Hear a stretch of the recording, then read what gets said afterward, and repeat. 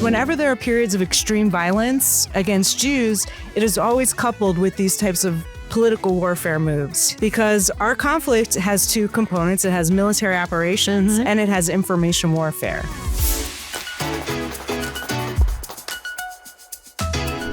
And now I'm very honored to have a very special guest on the quad this week for our interview.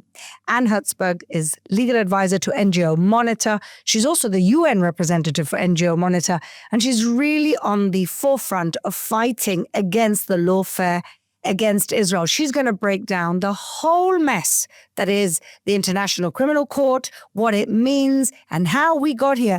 Anne Herzberg, welcome to the show. Thanks so much for having me, Fleur. It's really wonderful. I've followed your work for so many years, and you've been there for a long time. Unfortunately, that's 20 years. 20 years. Yeah. So, Anne, from what I understand, this didn't start, this whole ICC case and the warrants and everything that's come out of the last few weeks, this didn't start with October 7th. Tell us a little bit more. Let's go back and tell us the origin of this legal libel against Israel. Yeah, so we actually really have to go back to 2001, the UN Durban conference. Oh, yes, I remember that. Right. So remind everyone what happened. Sure. So there was a conference in Durban, South Africa, which was supposed to be the launch of a 10-year program against racism. Yeah. And it ended up becoming an anti-Semitic hate fest. I remember. So the U.S. walked out, Israel walked out, the EU was threatening to walk out. And the documents for the conference were prepared in Tehran. Oh, my God. And there was sponsoring? There was... Yes. Oh, my Lord. And so when all of these countries threatened to walk out, from the EU in particular, since the U.S. was already gone, Israel was already gone, the UN High Commissioner for Human Rights, Mary Robinson, I remember, did a deal. Yes. And basically she got some of the offensive language from the official declaration removed, but a lot of that language then ended up in the NGO Forum Declaration, because there was a group of about 1,000 NGOs having a conference on the side of the official conference. And in their declaration, they called for the creation of a war crimes tribunal to prosecute Israel's war crimes, apartheid, and crimes against humanity. And at that point, this was, if I remember correctly, the middle of the Second Intifada. Exactly. Which was started by Yasser Arafat unleashing the terrorists as a result of us having the audacity to offer a two-state solution with 97% of Judea and Samaria. Exactly. Okay. Exactly. So that's the background. It happens in 2001 because what? We're fighting back again? Exactly. Because I think what we have to note is whenever there are periods of extreme violence against Jews, it is always coupled with these types of political warfare moves. Right. Because our conflict has two components. It has military operations and it has information warfare. Yeah. And the UN has become a critical component of that information warfare. So it began in earnest with NGOs. It wasn't just states anymore. Right. It was actually these groups, Amnesty International, Human Rights Watch, that were claiming to promote human rights, but actually overtly joined this political warfare campaign against Israel. Okay. So that began in 2001. That was the beginning of the BDS movement as That's well. what I remember. And this is also an integral part of BDS. Okay. So how did this roll into the ICC? So we're going to fast forward to 2009. Okay. In 2009, the Palestinian Authority decides they're going to try to join the court. Right. Because we should just go back. The International Criminal Court was set up in 1998 under what is known as the Rome Statute. And only states can join the court under the Rome Statute.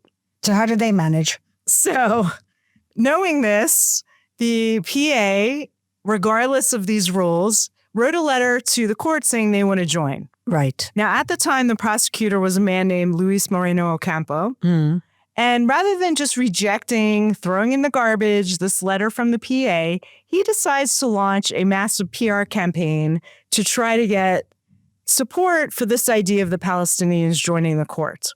So he starts a blog with UCLA. He does op-eds in the New York Times. And he also had a meeting, which I attended, for NGOs.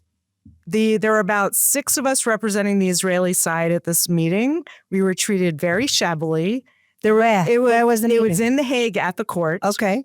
So it was supposed to be a 3-day meeting with NGOs talking about lots of different conflicts. We were only invited to the one pertaining to Israel and the Palestinians, whereas the Palestinians were allowed to attend all the meetings. And as soon as our meeting was over, we were essentially kicked out the back door. Unbelievable. So that just goes to show. And in the room, there were about 30 NGO representatives supporting the Palestinians, and there were about 5 to 6 of us on the other side. So that was sort of the start of it. That's the context. That's the context. And they won. They won their campaign? So 2012, the prosecutor decides, okay, they're not a state. We really can't do anything right now. But he says, if the UN were to say that the PA is a state, then we can revisit the matter. Okay. So what happens? The PA goes to the UN and tries to become a member of the UN. Right. Now, that doesn't work because you need Security Council approval. And America vetoed it. Exactly. And there wasn't anyway enough states that were going along with it at the time. Right.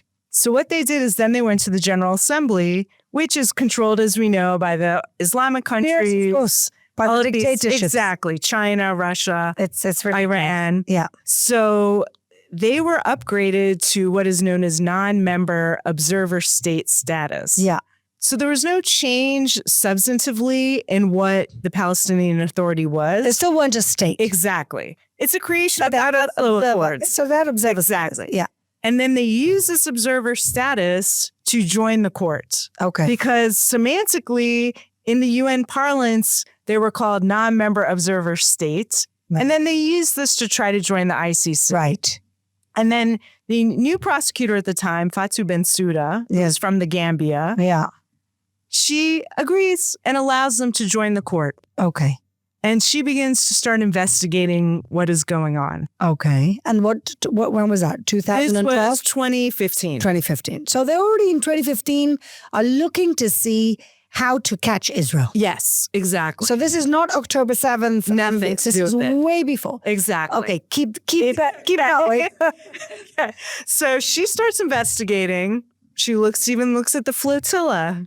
She was thinking of prosecuting the flotilla. Yeah. So she's investigating, doesn't do anything about rockets, which is a very easy crime that could have been prosecuted. She hints at maybe doing something about pay for slay. Right. That falls off her agenda right away. Yeah.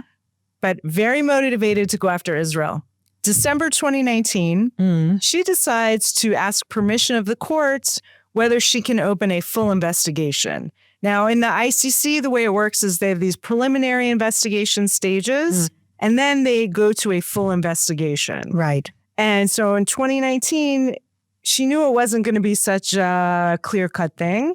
So she decides to apply to the court for permission to open a full investigation. Right. And basically argues that the Palestinians should get a prize, basically the prize of joining the court, because Israel has supposedly denied their right to self-determination. Right. Now, not looking at all of the times the Palestinians themselves have rejected statehood, all of the times that they have been involved in international crimes covered by the ICC, not looking at the Oslo Accords, which expressly prohibits the Palestinians from transferring criminal jurisdiction over Israelis to any other body except Israel, completely ignores all of that, goes to the court.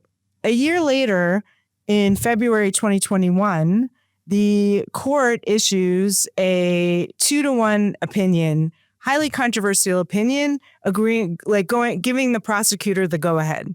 To do a full investigation. Yes. Okay. Now, their opinion, 2 of the judges issued maybe a 20-page opinion, very flimsy, not dealing with any of the substantive legal issues. Yeah. The dissent was by Hungarian judge Kovacs, over 150 pages, basically showing why the prosecutor's argument was bogus, as well as why the court was ridiculous to reach this opinion. Right. But because it was 2-to-1, of course, she then goes to open a full investigation. Right. A few months later, Karim Khan becomes the new prosecutor. Unbelievable. Yeah. And what's his motivation? So Karim Khan is it's very interesting. The new prosecutor, they were looking for a while to appoint a new prosecutor. They could not decide on a candidate. All of the candidates were not properly qualified. A lot of them had biases.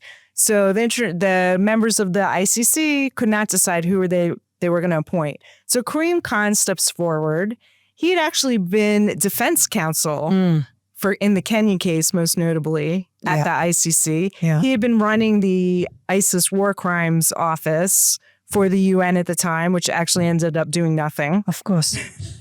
So he gets appointed thinking that he's going to be more sober and responsible than the previous prosecutors. Right. Well, that turned out to be a complete farce. Were they looking for sober and sophisticated? I think they were hoping because they know the credibility, the primary donors of the court, which are mainly European countries. Exactly. Japan and the Germany, who should know better. Exactly. Okay. Exactly. UK, Germany, France, Japan. So he gets appointed, and for a while he's kind of slow walking what's going on. But then we have October 7th. Yeah. That gives them an opportunity. Exactly. So he comes here, purports to... When did he come here? He came, I think it was end of November. Right. In 2023. Right. Beginning of December. Right. Visits the kibbutzim. Purports to have a lot of sympathy for what's going on with the victims. Now, interestingly, Israel had not overtly been cooperating with the court because it's not a member of the court. Yeah.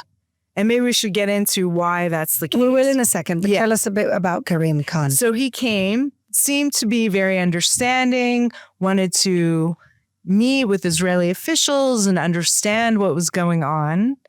And then he leaves. And then the next thing you know, in May, he's appearing on Christiane Amanpour's program announcing he's going for arrest warrants after Bibi and Gallant. Okay, so let me ask you something. Wasn't he supposed to come back with a mission, with a wider mission, and that was mysteriously canceled? Yeah, so this is what's very weird, which is what happened. So during this time, the Israeli officials were having meetings and talks with the ICC staff at the Office of the Prosecutor, with Khan's office, and they were all planning a meeting to come to Israel on May 20th. Right. To discuss the charges, because the case, there weren't any charges at the time. Right. The key principle of the ICC is known as complementarity. Yes. So the court is only supposed to step in when the home country is not doing its job. Exactly. Yeah. Exactly. So if we were a country that didn't have our own internal, investigative mechanism scrutiny, then you could say they have a point. Exactly. But we're, a country with a lot of internal scrutiny. Exactly. Exactly. And so so they waived the complementarity. Yes. And literally waived it. Essentially what they did. They waived it. Yep. He decides, instead of getting on the plane to come here, the next to thing go you on know, Christiane Amanpour, which is also completely unorthodox. It's outrageous. It's outrageous. Yeah. So we find out, this country finds out on Christiane Amanpour, not a lover of Israel. Yeah. She was like with glee. It was so She's Iranian. disgraceful.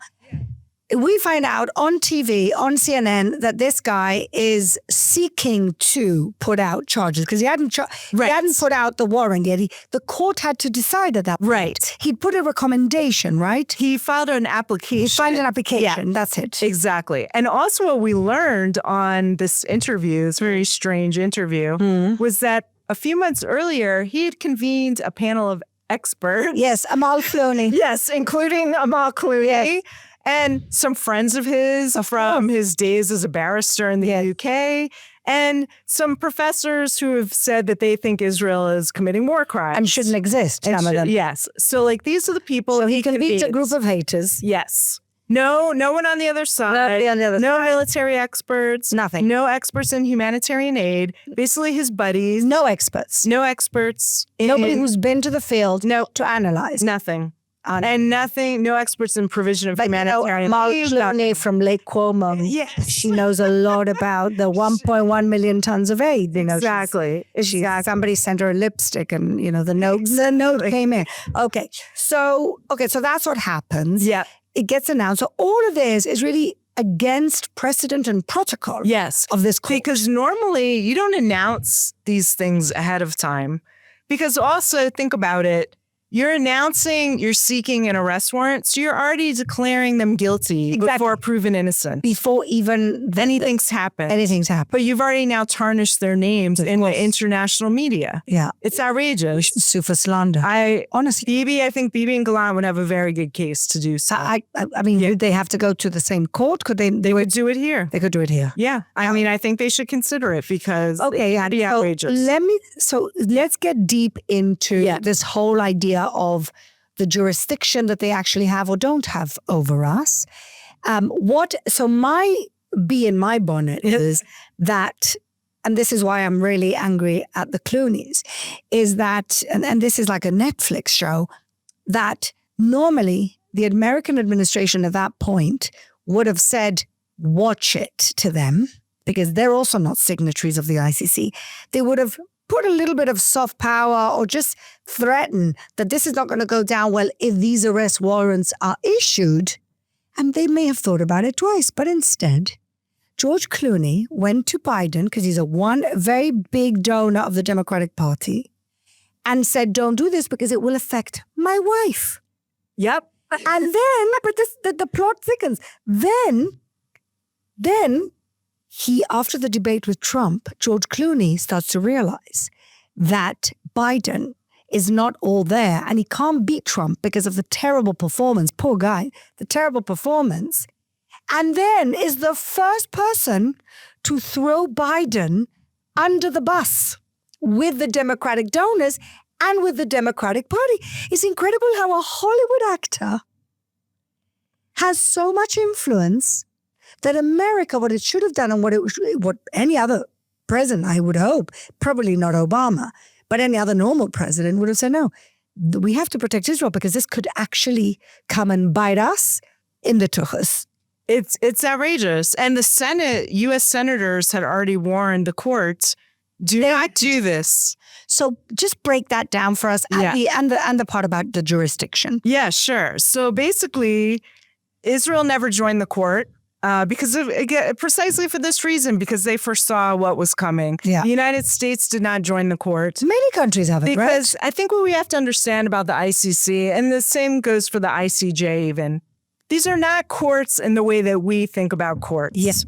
They write their own rules. Yeah. They are not beholden to any accountability. They're not elected, these people. They are not beholden to any democratic system. There are no checks and balances.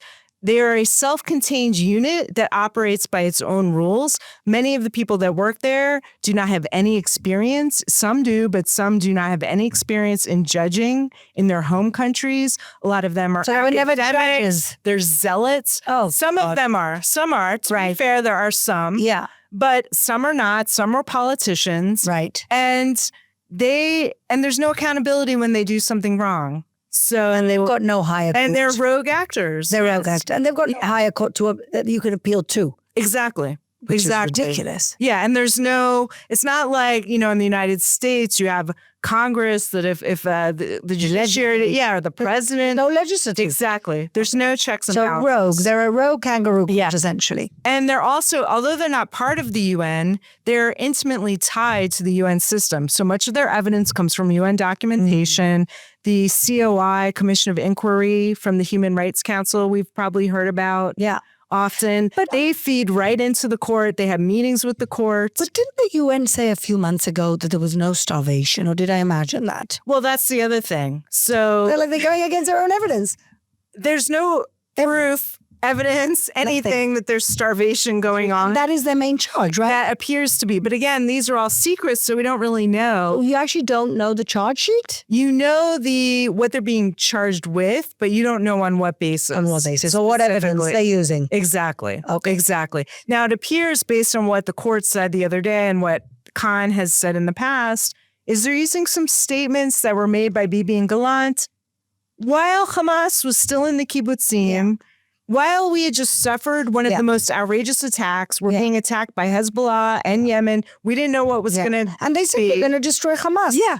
That does not amount to evidence of starvation of the population. Yeah. And they mistranslated one of the quotes. I went back, I even looked.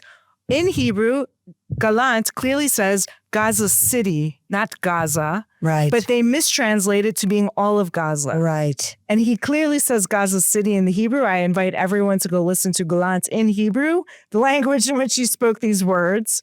And that's, again, what they're using. They're claiming Israel blocked the humanitarian crossing. Which is not true. We opened Hamas destroyed the crossing. Of course. It destroyed the crossing and then they steal the aid. Exactly. They've no mention completely ignored. But you know what's the weirdest thing of all?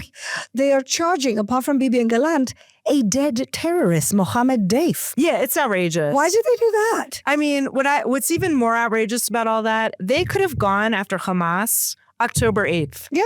They GoPro'd their crimes to the world. He could have charged them October 8th, but no, because he's beholden to the anti-Israel activists that, control the court and who feed in, are his biggest supporters and feed in them all of their reports.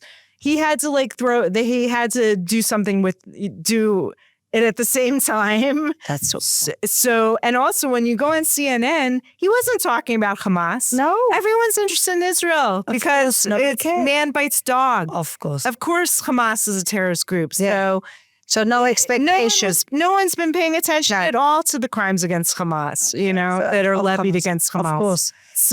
So, all right. So now we have this situation. So you're talking about jurisdiction. What does that mean for Israel then?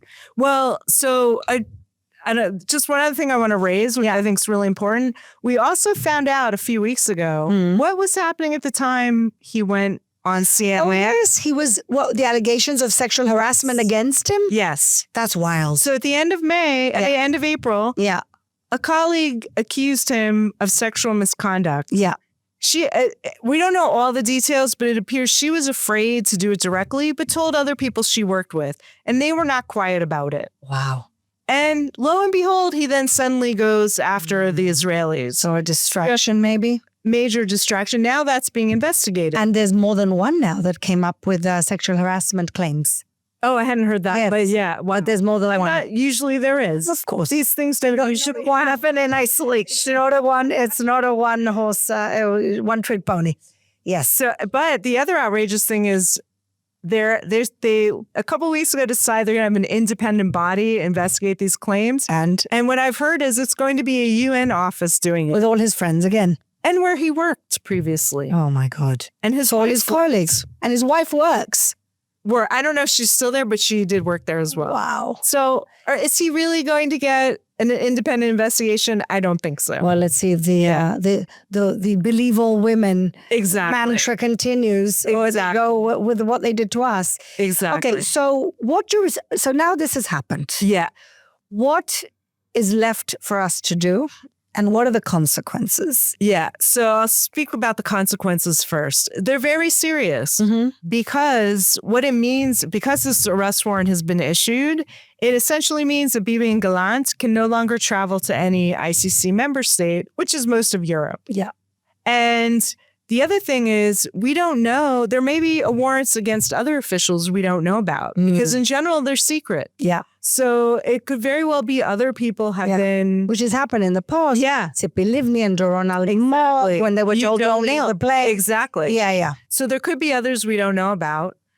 So anyone in a high government or military position really needs to think twice before they travel to Europe, which is outrageous not only for our security here in Israel, but also the Western national security. Because what does this mean, Tachlis? You cannot have in-person meetings anymore. Wow. With Europeans and Israelis. With your counterpart. Yeah. And because the European countries are supposed to cooperate with the courts, according to the statute, whether they will, we don't know. But you don't know any information Israel is sharing with them. No. Might end up in their own hands. Yeah, might be leaked to the court.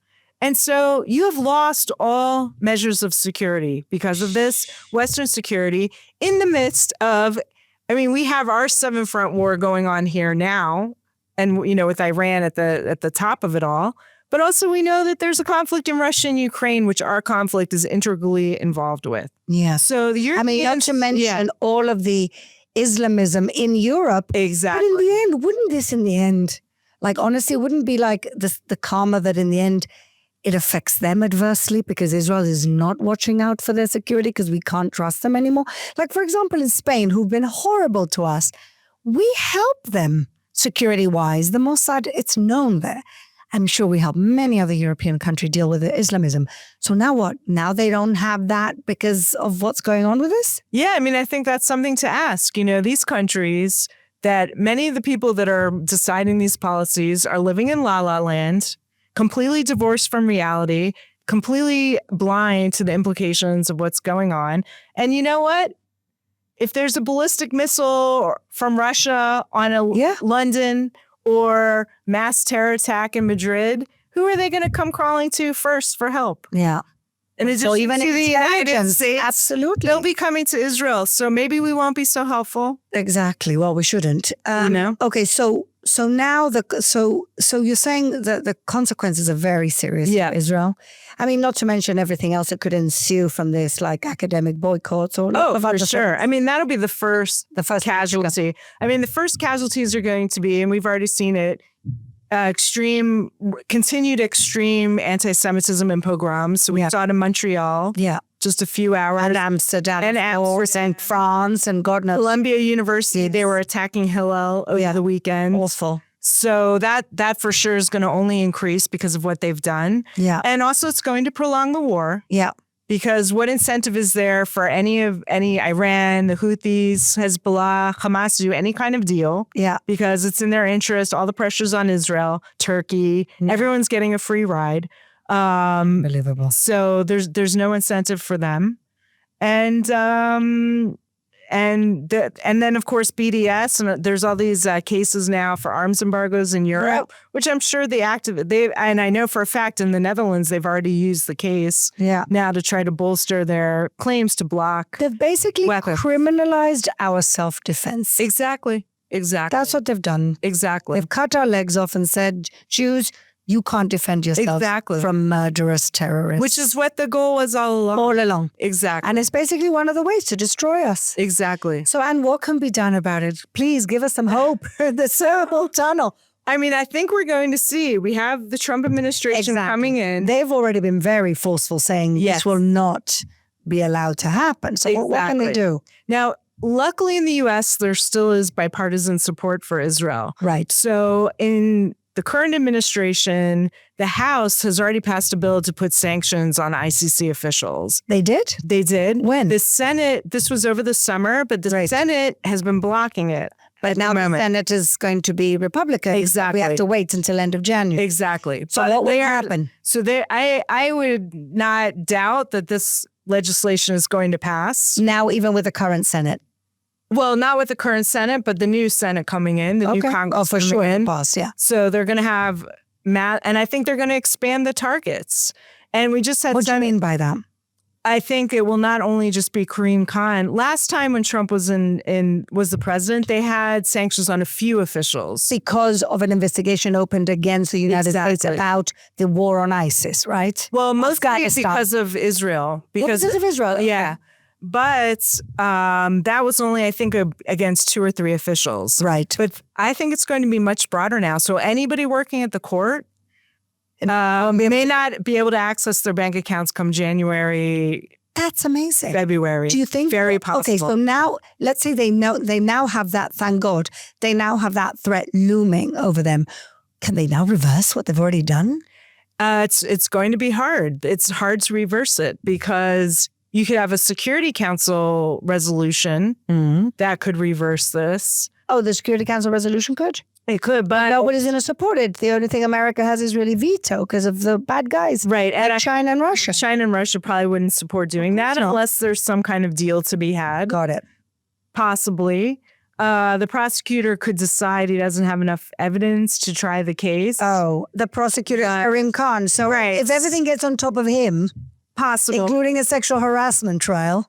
Unlikely, though, because he seems to have an ego the size of Manhattan. Yeah.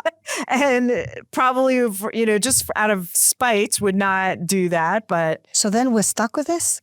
Yeah. Oh, Lord. But the other thing is, even if it's against these 2 individuals, Bibi and Gallant, there could be others. So it doesn't just end with them. No, So- but the American sanctions could actually just stop the bleed.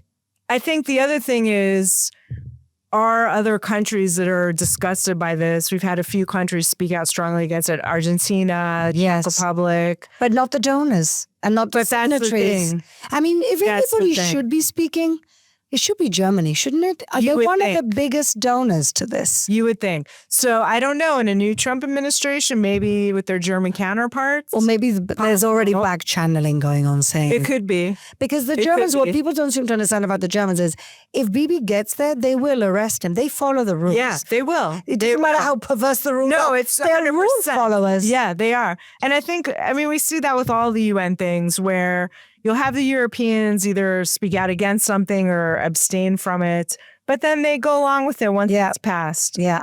I think the other thing is massive cuts to various UN bodies. I think that also has Well, the US, I think, has. Yeah. And now, Which- hopefully with Elise Stefanik as the ambassador, she may be able to shake things up. Exactly. And that may shake them up, the fact that they will be losing serious money. It's possible. And also now Senator Lindsey Graham from South Carolina made a statement that he even was directly speaking to America's closest allies, Canada, Germany, UK, France. He's saying, if you go along with this, we will ruin your economy. I saw that. Serious. That's amazing. It is amazing. I saw him speak this summer. I was at a conference and he really is something. Yeah. And there are anti-BDS laws in most states in the United States. And these are also mechanisms where people can be held accountable. So this is really like with this administration, it could be America shuts business with you if you pursue this. Yeah.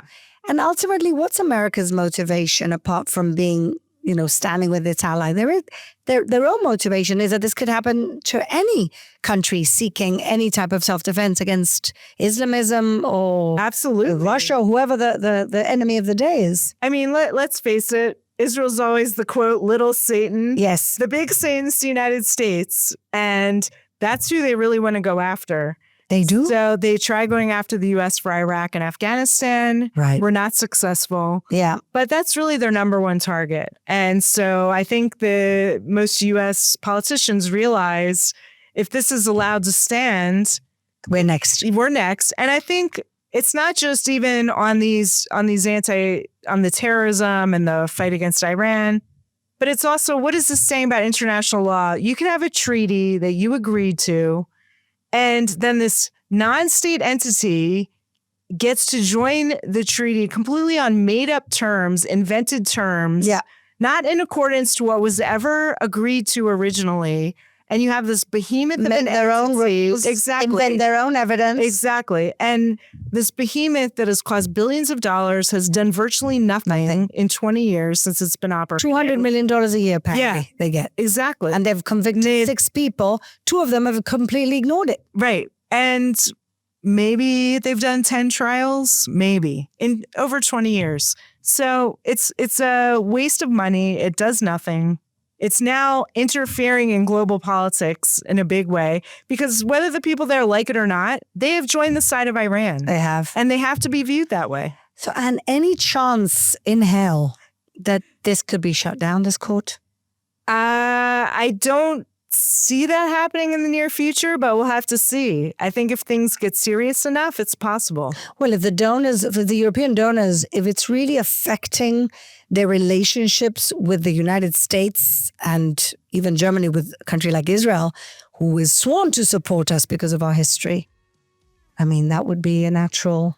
You would think. But you don't know. It's hard to know. Status quo always prevails. That's the thing. That's the thing. Well, Anne, thank you so much for breaking this all down with us. It was fascinating, and keep up. I don't know how you get the courage to keep fighting because you've been fighting this lawfare stuff for a long time. So kol hakavod. Thank you so much. Thanks, Anne.